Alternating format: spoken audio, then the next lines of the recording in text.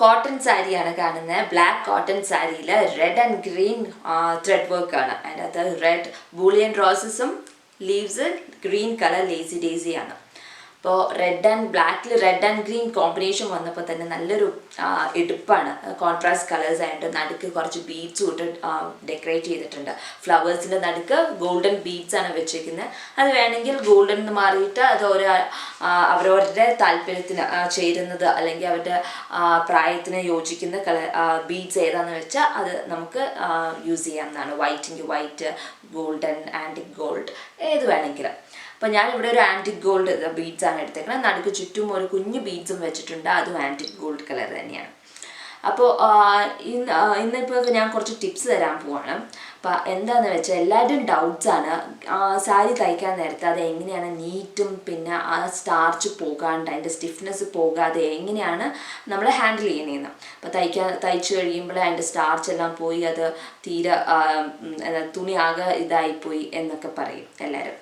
അപ്പോൾ നമ്മൾ സാരി ഏതെടുത്താലും അതിപ്പം ഈവൻ കോട്ടൺ ആയാലും സിൽക്ക് ആയാലും ഏതായാലും നമ്മൾ ആദ്യം നമുക്ക് മാർക്ക് ചെയ്യണമല്ലോ. അപ്പോൾ എവിടേക്ക് ഡിസൈൻ വരണ്ടേന്നൊക്കെ മാർക്ക് ചെയ്യണമെങ്കിൽ ഇപ്പോൾ അവരവരുടെ യൂസിനാണെങ്കിൽ നമ്മൾ സാരി ഒന്ന് ഉടുത്ത് നോക്കും എവിടേക്ക് അവർ സ്വന്തം ഹൈറ്റിനനുസരിച്ച് മാർക്ക് ചെയ്യാൻ വേണ്ടി.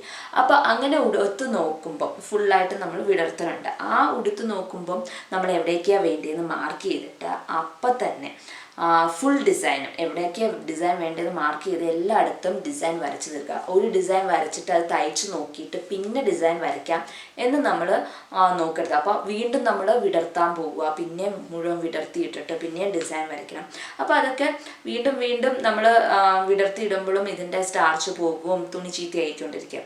അപ്പോൾ ആദ്യത്തെ ഇതിൽ തന്നെ ഫുൾ ഡിസൈനും വരച്ചെടുക്കുക. എന്നിട്ട് എങ്ങനെയാണ് കടയിൽ നിന്ന് കിട്ടണേന്നുള്ളത് ആ മടക്കിൽ തന്നെ മടക്കി വെക്കുക. അധികം ചുളുവോ ഇതൊന്നും വരാണ്ട് തന്നെ മടക്കി വെച്ചിട്ട് നമുക്ക് തയ്ക്കേണ്ട പോർഷൻ എവിടെയാണെന്ന് വെച്ചാൽ അത് മാത്രം പുറത്തോട്ടാക്കി വെച്ചിട്ട് ഫ്രെയിം ഇടുക. ഫ്രെയിം ഇട്ടിട്ട് തയ്ക്കുമ്പോൾ നമ്മൾ ടേബിളിൽ വെച്ച് തയ്ക്കും, കട്ടിലിൽ, സോഫയിൽ എവിടെയാണെന്ന് വെച്ചാൽ എവിടെ വെച്ച് തയ്ക്കുവാണെങ്കിലും മുഴുവനായിട്ട് വിടർത്തിയിടണ്ട. വീണ്ടും സാരി ആ തയ്ക്കേണ്ട പോർഷനിൽ മാത്രം ഒന്ന് ലൂസായിട്ടിരുന്നാൽ മതിയല്ലോ തുണി. അപ്പം അത് മാത്രം ആ ഒരു പോർഷൻ മാത്രം വിടർത്തി വെച്ചിട്ട് തയ്ക്കുക. പിന്നെ ഇരിക്കേണ്ട കാര്യത്തിൽ ശ്രദ്ധിക്കേണ്ടത്, നമ്മൾ ഇരിക്കുമ്പം എവിടെ ഇരുന്ന് തയ്ച്ചാലും ബാക്കിന് നല്ല സപ്പോർട്ട് കൊടുത്ത് തന്നെ ചാരി ഇരുന്ന് തന്നെ തയ്ക്കുക. ഇങ്ങനെ ചിലവർ കുറച്ച് കഴിയുമ്പോൾ തയ്ച്ച് ഇങ്ങനെ ഊർന്നൂർന്ന് ഇറങ്ങി നടുവിന് സപ്പോർട്ട് ഇല്ലാണ്ട് ചെരിഞ്ഞിരുന്നൊക്കെ തയ്ക്കുന്ന ആൾക്കാരുണ്ട്. അപ്പം അങ്ങനെ ഇരുന്ന് തയ്ക്കാണ്ട് എപ്പോഴും നടുവിനൊന്ന് സപ്പോർട്ട് ചെയ്ത് ഇരുന്ന് തയ്ക്കുക. പിന്നെ തയ്ക്കാൻ നേരത്ത് എപ്പോഴും ഫ്രെയിം താഴെ വെക്കരുത്. ഫ്രെയിം താഴെ വെച്ച് നമ്മൾ കഴുത്ത് കുനിച്ച് പിടിച്ച് തയ്ക്കും. അപ്പോൾ കുറച്ച് നേരം കഴിയുമ്പോൾ കഴുത്തിന് വേദനയാകും. അപ്പം അങ്ങനെ ചെയ്യാണ്ട് ഫ്രെയിം എപ്പോഴും നമ്മുടെ കയ്യിൽ പിടിച്ച് പൊക്കി വെക്കുക. അപ്പം നമുക്ക് ഇങ്ങനെ നോക്കിയാൽ മതി. തല കുനിക്കേണ്ട ആവശ്യമില്ല, കഴുത്ത് കുനിക്കേണ്ട ആവശ്യമില്ല. കഴുത്ത് കുനിച്ച് കുറച്ച് കഴിയുമ്പം നമ്മൾ കുറേ നേരം ഇരുന്ന് തയ്ച്ച് കഴിയുമ്പം നമുക്ക് കഴുത്തിന് സ്പോണ്ടിലോസിസോ അങ്ങനെയുള്ള അസുഖങ്ങൾ ഭാവിയിൽ പിന്നെ പ്രശ്നമാകും. അതുകൊണ്ട് അത് അവോയ്ഡ് ചെയ്യാൻ വേണ്ടിയിട്ടാണ് ഞാൻ പറഞ്ഞത് കഴുത്ത് കുനിക്കാണ്ട് ഇപ്പോൾ ഇങ്ങനെ ഇരുന്ന് തയ്ക്കുവാണെങ്കിൽ കുഴപ്പമുണ്ടാവില്ല, കഴുത്തിന് വേദന വരില്ല. പിന്നെ അപ്പോൾ എല്ലാവർക്കും ഒരു ഡൗട്ട് തോന്നും, എങ്ങനെയാണ് ബൂളിയൻ നോട്ടൊക്കെ ഇങ്ങനെ പിടിച്ചുകൊണ്ട് തയ്ക്കുക, നമുക്ക് രണ്ട് കൈൻ്റെയും ആവശ്യമില്ലെന്ന്. അപ്പോൾ ബൂളിയൻ നോട്ടൊക്കെ തയ്ക്കുമ്പം നമുക്ക് ഫ്രെയിം പിടിക്കാൻ കുഞ്ഞു ഫ്രെയിം ആണെങ്കിൽ, വലിയ ഫ്രെയിം ആണെങ്കിൽ ഇത്തിരി ബുദ്ധിമുട്ടായിരിക്കും. കുഞ്ഞു ഫ്രെയിം ആണെങ്കിൽ നമുക്ക് ഈ 3 ഫിംഗേഴ്സും ഈ ഒരു തം ഫിംഗറിൻ്റെ സപ്പോർട്ടും മതി ഈ ഫ്രെയിം പിടിക്കാൻ. അപ്പം ഞാൻ കാണിച്ചു തരാം. ഇപ്പം ഇങ്ങനെ നമ്മൾ ഫ്രെയിം അടിയിൽ പിടിക്കുക. എന്നിട്ട് ഇങ്ങനെ ഈ ഒരു തം ഫിംഗറിൻ്റെ സപ്പോർട്ടിൽ ഇങ്ങനെ പിടിച്ചിട്ട് നമുക്ക് നൂല് ഇങ്ങനെ പിടിച്ചിട്ട് ചുറ്റാം. എവിടെയാണ് ചുറ്റേണ്ടതെന്ന് വെച്ചാൽ ഇങ്ങനെ ചുറ്റിയാൽ മതി. നമുക്ക് ഫ്രഞ്ച് നോട്ടാണെങ്കിൽ ഇങ്ങനെ ചെയ്യാം. ബൂളിയൻ ആണെങ്കിൽ കുറച്ചും കൂടി നമുക്ക് കൈ കയറ്റി പിടിക്കണം. അപ്പോൾ ഇങ്ങനെ പിടിക്കുക. ഇവിടെ നമ്മൾ ഇങ്ങനെയായിരിക്കും ബൂളിയൻ നോട്ട് എടുക്കണത്. ഇങ്ങനെ കുത്തിയെടുക്കുക. എന്നിട്ട് നമുക്ക് ഈ കൈ കൊണ്ട് എന്നിട്ട് ഇപ്പം കൈ നമുക്ക് അങ്ങോട്ടും ഇങ്ങോട്ടുമൊക്കെ ചേഞ്ച് ചെയ്യേണ്ടി വരും. ഇങ്ങനെ ഒന്ന് വെച്ചിട്ട് ചുറ്റിയെടുക്കുക. ഇങ്ങനെ എടുത്തിട്ട് നമ്മൾ ഇങ്ങനെ ചുറ്റുക. എന്നിട്ട് ഈ കൈ ഇങ്ങനെ വെച്ച് തന്നെ വലിച്ചെടുക്കുക. അങ്ങനെയാണ് നമ്മൾ ഈ 2 ഫിംഗേഴ്സ് വെച്ചിട്ട് നമുക്ക് ചെയ്യാവുന്നേ ഉള്ളൂ. ബാക്കിയത്തെ 3 ഫിംഗേഴ്സ് നമ്മൾ ഫ്രെയിമിനെ ഹാൻഡിൽ ചെയ്തേക്കുവാണ്. അങ്ങനെ നമുക്ക് ബൂളിയൻ നോട്ടൊക്കെ ചെയ്യാം. അപ്പോൾ താഴെ വെക്കണം അത് ഈ പറഞ്ഞ പോലെ എല്ലാ ബിഗിനേഴ്സിന് ചെയ്യാൻ ഇത്തിരി ബുദ്ധിമുട്ടാവും എന്ന് വെച്ചാൽ അവർക്ക് ഈ ഫ്രെയിമും തുണിയും എല്ലാം ഒന്ന് ഹാൻഡിൽ ചെയ്ത് വന്നെങ്കിൽ ഇത്തിരി ബുദ്ധിമുട്ടായിരിക്കും. അല്ലാത്തവരുടെ കാര്യമാണ് ഞാൻ പറയുന്നത്. ഇങ്ങനെ വെച്ച് ബിഗിനേഴ്സ് ആണെങ്കിലും ഇങ്ങനെ ശീലിച്ചാൽ മതി, അത് ആയിക്കോളും. കുറച്ചൊന്ന് ഫ്രെയിമും തുണിയൊക്കെ ആയിട്ടൊന്ന് പ്രാക്ടീസ്, നൂലും സൂചിയൊക്കെ കൈകാര്യം ചെയ്യാൻ പ്രാക്ടീസ് ആയിക്കഴിഞ്ഞാൽ സിമ്പിളായിട്ട് ചെയ്യാവുന്ന കാര്യമുള്ളൂ. അല്ലെങ്കിൽ നമ്മൾ എപ്പോഴും തല ഇങ്ങനെ വെച്ചിട്ടുണ്ടെങ്കിൽ കഴുത്ത് കുനിച്ച് നമുക്ക് കഴുത്ത് വേദനയാവും. മറ്റൊരു ഡൗട്ടാണ് എല്ലാവരുടെയും, ഞാൻ സ്റ്റാൻഡ് യൂസ് ചെയ്താണോ തയ്ക്കുന്നതെന്ന്. അപ്പം ഞാൻ യൂഷ്വലി ഹാൻഡ് എംബ്രോയ്ഡറി വീട്ടിൽ തയ്ക്കുമ്പോൾ കയ്യിൽ പിടിച്ചിട്ടാണ് തയ്ക്കുന്നത്. പിന്നെ വീഡിയോ എടുക്കാൻ നേരത്തെ ഞാൻ ഹൂപ്പ് സ്റ്റാൻഡ് യൂസ് ചെയ്യാറുണ്ട്. അതല്ലെങ്കിൽ വീഡിയോയ്ക്ക് ഒരു ക്വാളിറ്റി ഉണ്ടാകത്തില്ല ഇതിങ്ങനെ ഷേക്ക് ചെയ്തുകൊണ്ടിരുന്ന. അതുകൊണ്ട് അന്നേരം സ്റ്റാൻഡ് യൂസ് ചെയ്യും, അല്ലാത്തപ്പോഴൊക്കെ കൈ പിടിച്ചുകൊണ്ടാണ് തയ്ക്കുന്നത്.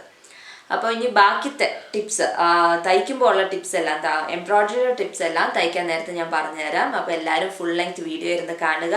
നിങ്ങൾക്ക് വീഡിയോ ഇഷ്ടപ്പെട്ടാൽ ലൈക്ക് ചെയ്യുക, ഷെയർ ചെയ്യുക, ഡൗട്ട്സ് ഉള്ളതെല്ലാം കമൻറ്റ് ബോക്സിൽ എഴുതി അറിയിക്കുക. അപ്പോൾ ആരെങ്കിലും ചാനൽ സബ്സ്ക്രൈബ് ചെയ്യാത്തവരുണ്ടെങ്കിൽ സബ്സ്ക്രൈബും ചെയ്യുക. അപ്പോൾ നമുക്ക് ബുളിയൻ നോട്ട് ഡിസൈൻസ്, ഈ ഡിസൈൻ എങ്ങനെയാണ് തയ്ക്കുന്നതെന്ന് കണ്ടു നോക്കാം. അപ്പം നമ്മൾ ഈ ലീവ്സിനൊക്കെ ലേസി ഡേസിയാണ് തയ്ക്കുന്നത്. അതിന് ഞാൻ യൂസ് ചെയ്തേക്കുന്നത് 3 strands ആണ്. ഇതിൻ്റെ ഗ്രീൻ കളറിൻ്റെ ആങ്കറിൻ്റെ ത്രെഡാണ്. അതിൻ്റെ കളർ കോഡ് 229 ആണ്. അപ്പം നമ്മൾ ലേസി ഡേസി ആദ്യം തയ്ക്കുന്നത്.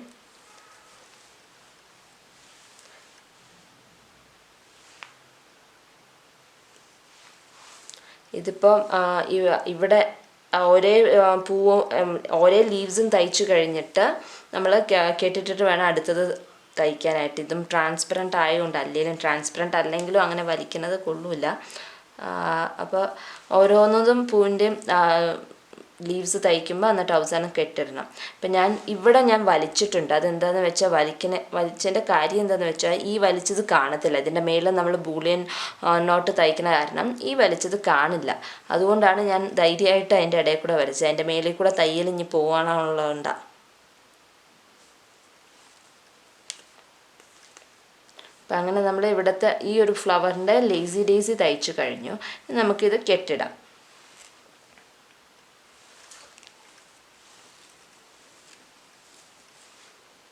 കെട്ടിടാൻ നേരത്തിട്ട് നമ്മളിപ്പോൾ നേരത്തെ പറഞ്ഞവരെ ഇതിന് മുമ്പ് ഞാൻ പറഞ്ഞിട്ടുണ്ട്, മേലിലെവിടെയാണ് വർക്ക് വന്നെ ആ ത്രെഡ് വന്ന പോർഷനിൽ മാത്രം തുണി എടുക്കുക. അപ്പോൾ ഇത് നിങ്ങൾക്ക് ഇവിടെ അതേ സൂചി കാണുന്നില്ല. ഈ ത്രെഡ് വന്ന പോർഷനിൽ തന്നെയാണ് ഞാൻ സൂചി കുത്തിയെടുത്തേക്കുന്നത്, തുണി കുത്തിയെടുത്തിരിക്കുന്നത്. അപ്പം മേളിൽ വേറൊരു കെട്ടിൻ്റെ ആയി തുണി എടുത്തതിൻ്റെ പാട് മേളിൽ വരത്തില്ല. 2 വട്ടം, ഒരു വട്ടം തുണിയായിട്ട് എടുത്തു, ഒരു വട്ടം ഞാൻ നൂലുമായിട്ട് എടുത്തിട്ടാണ് കെട്ടിടുന്നത്. ഒന്ന് നല്ലോണം വലിച്ച് ഇങ്ങനെ വിരൽ വെച്ചിട്ടൊന്ന് നല്ലോണം കെട്ടി ടൈറ്റാക്കിയിട്ട് നമുക്ക് സിസേഴ്സ് വെച്ച് കട്ട് ചെയ്യാം. ഇനി നമുക്ക് ബൂളിയൻ നോട്ട് ചെയ്യാം.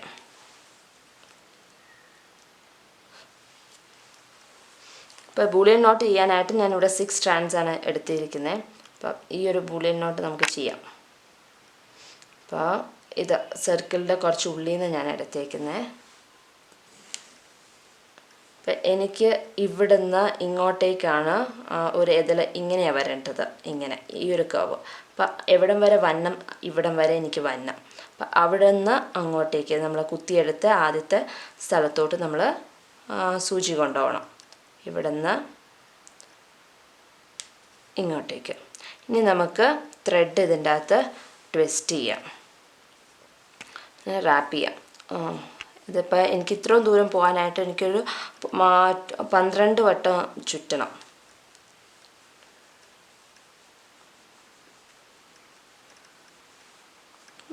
12 times ചുറ്റിയിട്ടുണ്ട്. നമുക്കത് വലിച്ചെടുക്കാം.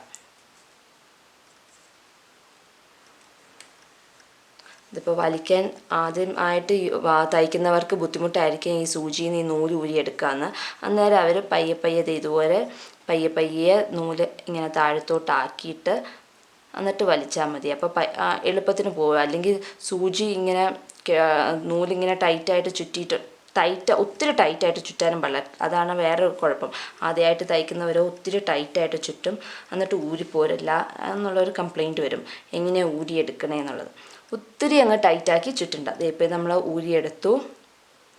എന്നിട്ട് നല്ലോണം ഒന്ന് ഊരിയെടുത്ത് കഴിഞ്ഞിട്ട് ഈ നൂലുകൾ തമ്മിൽ നല്ലോണം അടുപ്പിച്ചാവാൻ വേണ്ടിയിട്ട് നല്ലോണം ഒന്ന് വലിക്കുക.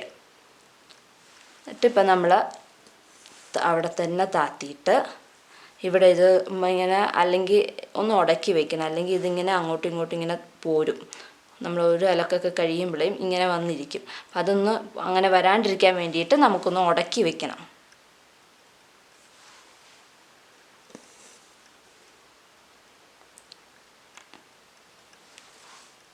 ഒരു വട്ടം അത് ചെയ്താൽ മതി. അത് ഒത്തിരി വലിക്കുകയും ചെയ്യരുത്. വലിച്ചിട്ടുണ്ടെങ്കിൽ അവിടെ അങ്ങ് കുഴിഞ്ഞു പോകും. അപ്പോൾ ഒത്തിരി വലിക്കുകയും ചെയ്യരുത്. ഇനി എനിക്ക് ഇതിൻ്റെ ബാക്കിൽ നിന്ന്, ഈ പെറ്റലിൻ്റെ ബാക്കിൽ നിന്ന് ഇങ്ങോട്ടേക്കാണ് വരേണ്ടത്. ഈ ഇവിടം വരെയാണ് വരേണ്ടത്. അപ്പം നമ്മൾ ഇവിടെ നിന്ന് കുത്തിയിട്ട് വേണം ഇങ്ങോട്ടേക്ക് പോരാൻ. അപ്പം ഇതിൻ്റെ ഒരു 3/4 മുതൽ ഈ ആദ്യത്തെ പെറ്റലിൻ്റെ 3/4 നമ്മൾ എടുക്കുവാണ്. എടുത്തിട്ട് ഇങ്ങനെ ചെരിച്ച് ഇവിടെ നിന്ന് അങ്ങോട്ടേക്ക് കൊണ്ടുപോകണം. വീണ്ടും ഈ ഒരു ഡിസ്റ്റൻസ് 12 തന്നെ ചുറ്റിയാൽ മതി. അപ്പോൾ 12 വട്ടം നമുക്ക് ചുറ്റാം.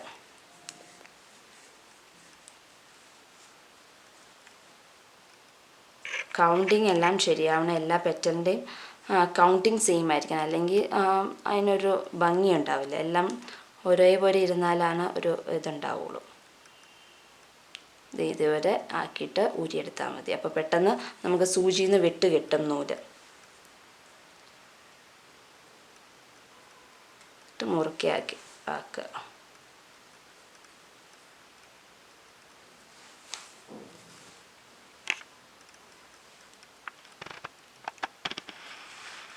ഇതും അതുപോലെ ഒന്ന് ഉടക്കി വെക്കുക, അല്ലെങ്കിൽ പൊങ്ങി വരും.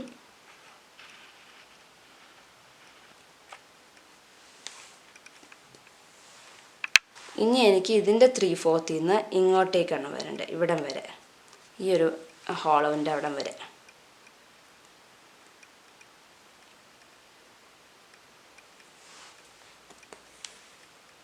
അപ്പം എനിക്ക് ഇത് ഇങ്ങനെ കുത്താൻ എനിക്ക് വശമില്ലാത്തതുകൊണ്ട് ഞാനിതൊന്ന് തിരിക്കുകയാണ്.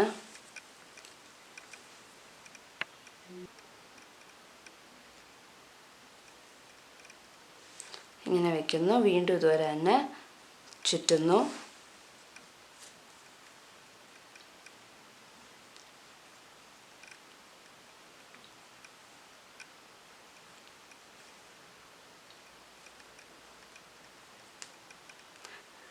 ആദ്യത്തെ ബിഗിനേഴ്സിന് വേറെ പറ്റുന്ന ഒരു കുഴപ്പം എന്താണെന്ന് വെച്ചാൽ അവരിങ്ങനെ മുറുക്ക നൂലിൽ പിടിക്കും, എന്നിട്ട് സൂചി ഇരുന്ന് വലിയ കിട്ടത്തില്ല. മുറുക്ക നൂലിൽ പിടിക്കേണ്ട ആവശ്യമില്ല.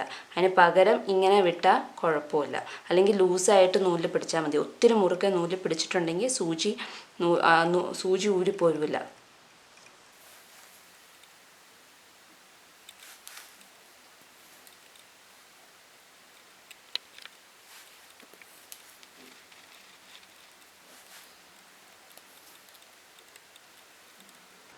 ഞാനിന്നിപ്പോൾ ഇവിടെ ഹൂപ്പ് സ്റ്റാൻഡ് യൂസ് ചെയ്യാണ്ടാണ് തയ്ക്കുന്നത്. അപ്പോൾ നിങ്ങൾക്ക് കാണാൻ വേണ്ടിയിട്ടാണ്. അപ്പം അറിയാമല്ലോ എങ്ങനെയാണ് ഇങ്ങനെ കൈകൊണ്ട് മാനേജ് ചെയ്യേണ്ടത് എന്നുള്ളത്. ഫ്രെയിം പിടിക്കേണ്ട എങ്ങനെയാണ് ബൂളിയൻ നോട്ടൊക്കെ ഇങ്ങനെ പൊക്കി വെച്ച് തന്നെ തയ്ക്കാൻ പറ്റണേന്ന് കാണാൻ വേണ്ടിയിട്ടാണ്. ഇനിയിപ്പോൾ ലാസ്റ്റത്തെ പെറ്റിൽ തയ്ക്കുമ്പം നമുക്ക് എൻഡ് ചെയ്യണത് ഇതിൻ്റെ പുറത്തോട്ടല്ല, ഇതിൻ്റെ ഉള്ളിലോട്ട് വേണം. ഉള്ളിലോട്ട് വെച്ചിട്ടാണ് നമ്മൾ ലാസ്റ്റത്തെ പെറ്റിൽ തയ്ക്കുന്നത്. അപ്പോൾ ഇവിടെ നിന്ന് ഇതിൻ്റെ ഈ പെറ്റലിൻ്റെ 3/4 അവിടെ നിന്ന് എടുക്കുക, എന്നിട്ട് ഇതിൻ്റെ ഉള്ളിലോട്ട്. അങ്ങനെയാണ് നമ്മൾ ലാസ്റ്റത്തെ പെറ്റൽ തയ്ക്കാനായിട്ട്. എന്നിട്ട് ഇത് ഇതിൻ്റെ അകത്ത് ഇതുവരെ തന്നെ 12 എണ്ണം ചുറ്റുക.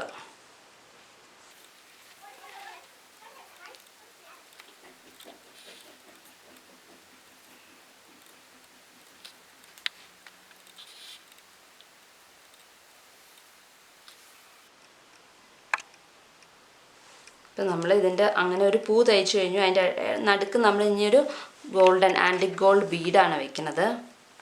അതല്ല എന്നുണ്ടെങ്കിൽ നമുക്ക് 6 സ്ട്രാൻഡ്സിൻ്റെ തന്നെ ഏത് കളറാണ്, ഇപ്പോൾ യെല്ലോ എങ്കിൽ യെല്ലോ, അതല്ല ക്രീം, ഗോൾഡിഷ് ക്രീം, അങ്ങനത്തെ കളർ വല്ലതും വേണമെന്നുണ്ടെങ്കിൽ അങ്ങനത്തെ ത്രെഡ് യൂസ് ചെയ്തിട്ട് ഫ്രഞ്ച് നോട്ട് ഒരു വട്ടം ചെയ്താൽ മതി. അന്നേരം 6 സ്ട്രാൻഡ്സ് യൂസ് ചെയ്യണം. അപ്പോൾ നടുക്കത്തെ ഇത് പ്രൊജക്റ്റ് ചെയ്ത് നിൽക്കണമെങ്കിൽ 6 strands യൂസ് ചെയ്ത് ഒരു വട്ടം ചുറ്റിയിട്ട് ഫ്രഞ്ച് നോട്ട് ചെയ്യരുത്, 2 വട്ടം ചുറ്റിയിട്ട് ഇവിടെ താത്തണം, എന്നാലാണ് പ്രൊജക്റ്റ് ചെയ്ത് നിൽക്കുകയുള്ളൂ. അപ്പോൾ നമുക്കിതിൻ്റെ നടുക്ക് ബീഡ്സ് വെക്കാം. ബീഡ്സ് വെക്കാൻ നേരത്ത് ഒന്നെങ്കിൽ റെഡ് ത്രെഡ് എടുക്കുക, അതല്ല എന്നുണ്ടെങ്കിൽ ബ്ലാക്ക് ത്രെഡ് എടുക്കുക. ഈ തുണിയുടെ കളർ ഏതാണെന്ന് വെച്ചാൽ ആ കളർ. ഞാൻ എപ്പോഴും തുണിയുടെ കളറുള്ള ത്രെഡ് യൂസ് ചെയ്തിട്ടാണ് ബീഡ് വെക്കാറ്. അപ്പം നമ്മൾ കാണത്തില്ല ബീഡ് അങ്ങോട്ടും ഇങ്ങോട്ടും ഇത് ചെയ്താലും. നമ്മൾ റെഡ് എടുക്കണമെങ്കിൽ പ്രൊജക്റ്റ് ചെയ്ത് കാണും. ബ്ലാക്ക് നൂലെടുത്ത് തുണിയുടെ കളർ തന്നെയാകുമ്പോൾ അത്രയും കാണത്തില്ല.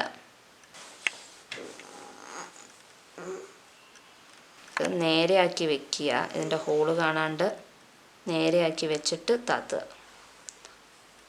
മേളിൽ ഹോള് വരാണ്ടുള്ള രീതിയിലാക്കുക, മേളിൽ അതിൻ്റെ ഹോള് വരാൻ പാടില്ല. അപ്പം അങ്ങനെ താത്തിയിട്ട് ഇതിങ്ങനെ കെട്ടിടുക. ഇനിയിപ്പോൾ ഇവിടെയൊക്കെ കുഞ്ഞു കുഞ്ഞു ബീഡ്സാണ്, സ്മോൾ ബീഡ്സാണ് അവിടെ യൂസ് ചെയ്യുന്നത്. അതിന് പകരമായിട്ട് ഇവിടെ ആണെങ്കിലും ഇവിടെ ഉള്ളിൽ ഫ്രഞ്ച് നോട്ടായി ചെയ്യണമെങ്കിൽ ഇവിടെയും ഫ്രഞ്ച് നോട്ട് ചെയ്യുന്നതായിരിക്കും ഭംഗി. അപ്പോൾ ഇത് ഡിസൈൻ നല്ല ഭംഗിയായിട്ട് വന്നിട്ടുണ്ട്. ഇതുപോലെ കോൺട്രാസ്റ്റ് കളേഴ്സ് ഇട്ട് നിങ്ങളും ഓരോ സാരിയിലും യൂസ് ചെയ്യുക. അപ്പം അധികം തെറിച്ചിരിക്കുന്ന കളേഴ്സ് വേണ്ടാവുന്നുണ്ടെങ്കിൽ ലൈറ്റ് പീച്ച് ഷെയ്ഡൊക്കെ ഇട്ടിട്ടുണ്ടെങ്കിൽ വൈറ്റ് സാരിയിൽ നല്ല ഭംഗിയായിട്ട് വരുന്നതായിരിക്കും. അപ്പോൾ ഈ ഒരു സാരിയിൽ 12 ഡിസൈൻസ് ആണുള്ളത്. 3 മുന്താനിയുടെ ഒരു സൈഡിൽ, മറ്റേ സൈഡിൽ ഒരു 3 ഡിസൈൻ വരുന്നുണ്ട്. പിന്നെ ഫ്രണ്ട് പോർഷനിൽ 5 ഡിസൈനും, റൈറ്റ് ലെഗ് പോർഷൻ റൈറ്റ് ലെഗിൻ്റെ ബോട്ടം പോർഷനിൽ ഒരു ഡിസൈനും, അങ്ങനെ 12 ഡിസൈൻസ് ആണ് വരുന്നത്. അപ്പോൾ ഈ ഒരു ഡിസൈനിന് എന്ന് വെച്ചാൽ 21 ഫ്ലവേഴ്സ് വരുന്ന ഒരു ഡിസൈൻ, ആ വട്ടത്തിലുള്ള ഒരു ഡിസൈനിന് അപ്രോക്സിമേറ്റ്ലി 350 to 450 റേഞ്ചിൽ മേടിക്കാം നമുക്ക്. അതും ഡിപ്പെൻഡ് ചെയ്യും. ഞാനിപ്പോൾ തയ്ച്ചേക്കുന്ന ഫ്ലവറിന് 12 ചുറ്റലേ ഉള്ളൂ. അപ്പോൾ ആ ഒരു വട്ടം നിങ്ങളിപ്പോൾ വരയ്ക്കുമ്പോൾ ആ വട്ടത്തിൻ്റെ വലിപ്പം കൂടുതലാണെങ്കിൽ 12 ചുറ്റലിൽ നിൽക്കത്തുണ്ടാവില്ല, 13, 14, 15 അത് എത്ര എന്ന് സൈസ് അനുസരിച്ച് മാറിക്കൊണ്ടിരിക്കും. അപ്പോൾ ആ ചുറ്റലിൻ്റെ ഇത് കൂടുമ്പോൾ ത്രെഡ് യൂസേജ് കൂടും, സമയം കൂടുതലെടുക്കും, നടുക്ക് വെക്കുന്ന ബീഡിൻ്റെ സൈസ് കൂടും. അപ്പം വേരിയേഷൻ വരും, റേഞ്ചിന് വേരിയേഷൻ വരും. അതാണ് ഞാൻ പറഞ്ഞ ഒരു 350 തൊട്ട് 450 റേഞ്ച് വരെ ഒരു ഡിസൈന് നമുക്ക് മേടിക്കാം. എല്ലാവരും ചോദിക്കുന്ന ക്വസ്റ്റ്യനാണ്, ഞാൻ ഏത് വർക്ക് ഇട്ട് ചെയ്താലും ഈ വർക്കിന് എത്രയാണ് റേറ്റ് എന്ന് എല്ലാവരും ചോദിക്കാറുണ്ട്. അതാണ് ഞാൻ ഇന്നത്തെ ഇതിൽ വർക്കിൻ്റെ റേറ്റും പറഞ്ഞിരിക്കുന്നത്. അപ്പോൾ അത് ഓരോ ആൾക്കാർ ഇതിനെ ഡിപ്പെൻഡ് ചെയ്തിരിക്കും. ഡിസൈനിൻ്റെ സൈസ് കുറയുമ്പോൾ റേറ്റും കുറയ്ക്കുക. ഇനി ഈ സാരിയുടെ 12 ഡിസൈൻസാണ് വരുന്നത് എന്ന് പറഞ്ഞല്ലോ. അപ്പോൾ അത് തയ്ച്ച് കഴിയുമ്പോൾ ഞാൻ ഉടുത്തൊന്ന് കാണിച്ചു തരാം, അത് എങ്ങനെയാണ് വരുന്നത് എന്നുള്ളത് ഉടുത്ത് കാണിച്ചു തരാം വേറൊരു വീഡിയോയിൽ. ഇപ്പം സാരി ഫുള്ളും തയ്ച്ചു കഴിഞ്ഞിട്ടില്ല, തയ്ച്ചു കഴിയുമ്പോൾ അത് കാണിക്കുന്നതായിരിക്കും. ഇതുപോലത്തെ ഹാൻഡ് എംബ്രോയിഡറിയും ക്ലോത്തിങ്ങിൻ്റെ വീഡിയോസൊക്കെ കാണാൻ ഇഷ്ടമുള്ളവർ ചാനൽ സബ്സ്ക്രൈബ് ചെയ്യുക. അപ്പോൾ ഇനി ഇടുന്ന വീഡിയോസ് എല്ലാം നിങ്ങൾക്ക് നോട്ടിഫിക്കേഷൻസ് വരുന്നതായിരിക്കും. അപ്പോൾ അടുത്ത ദിവസം കാണാം. അതുവരേക്കും ബൈ.